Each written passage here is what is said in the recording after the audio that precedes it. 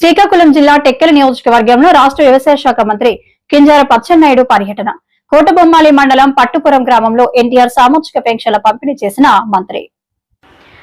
శ్రీకాకుళం జిల్లా టెక్కలి నియోజకవర్గంలో రాష్ట్ర వ్యవసాయ శాఖ మంత్రి కింజరాపు అచ్చెన్నాయుడు పర్యటన. కోటబొమ్మాళి మండలం పట్టుపురం గ్రామంలో ఎన్టీఆర్ సామాజిక పెన్షన్ల పంపిణీ చేసిన మంత్రి.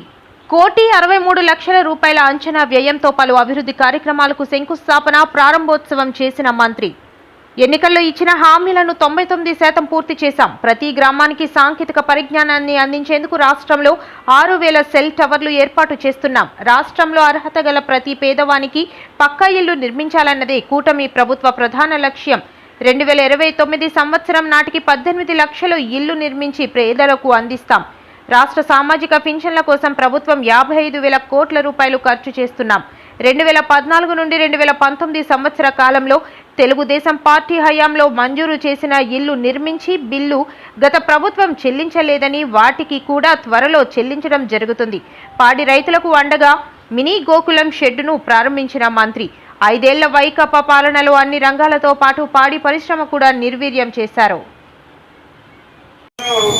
మన ముఖ్యమంత్రి చంద్రబాబు నాయుడు ఎన్డీఏ ప్రభుత్వం అని చెప్పి తెలియజేస్తున్నాను. గతంలో వైసీపీ వాళ్ళు వాలంటరీ వ్యవస్థను పెట్టారు. వాళ్ళు కూడా ఎలక్షన్ల ముందు చాలా తప్పుడు మాటలు మాట్లాడారు.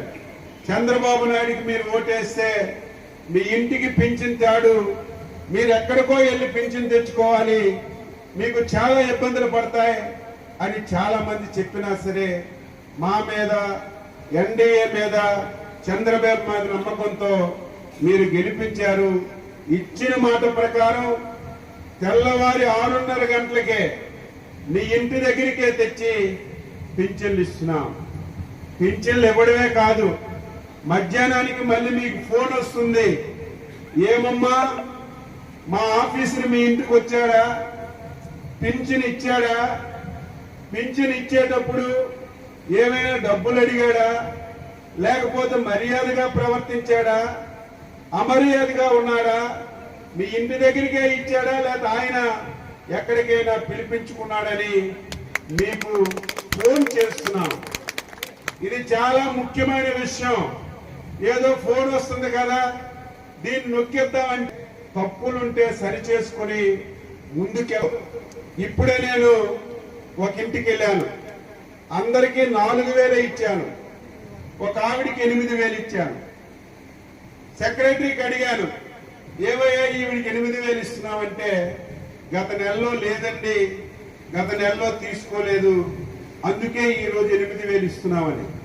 గత ప్రభుత్వాన్ని చూస్తే ఒక నెలలో పింఛన్ తీసుకోకపోతే 2వ నెలలో ఇచ్చేవాళ్ళు కాదు.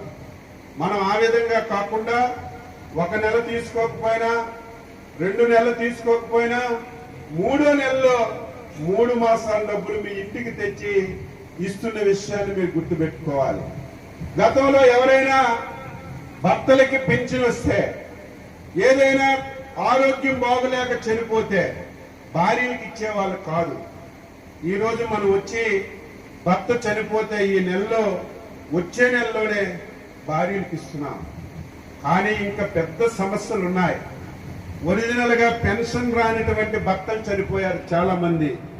నేను ఇప్పుడు నడిచి వెళ్తుంటే, బాబు 4 సంవత్సరాలైన మా ఆయన చనిపోయాడు, పింఛన్ రావడం లేదు అడుగుతున్నారు. బాబు 3 సంవత్సరాలైంది మా ఆయన చచ్చిపోయాడు, మాకు పింఛన్ రావడం లేదు అడుగుతున్నారు. వీలైనంత తొందరగా ముఖ్యమంత్రి గారు వీలైతే ఈ నెలలోనే, వచ్చే నెలలోనే ఎవరైతే భర్తలు చనిపోయి వితంతు పెన్షన్లు రావడం లేదు వాళ్ళందరికీ మంజూరు చేయడానికి చాలా సుముఖంగా ఉన్నారు.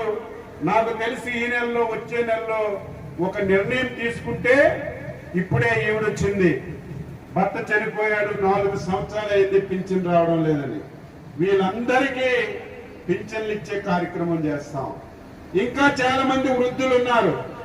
మీకు రేపో ఎల్లుండో మీ సచివాలయంలో పింఛన్లు పెట్టుకోవడానికి అవకాశం ఇస్తాం. మీరు వెళ్ళి డిజిటల్ అసిస్టెంట్కి కలిసి అర్హత ఉంటే పింఛన్లు పెట్టుకుంటే వారందరికీ పింఛన్లు ఇచ్చే కార్యక్రమాన్ని వీలైనంత తొందరగా తీసుకుంటాం. దీంతో పాటుగా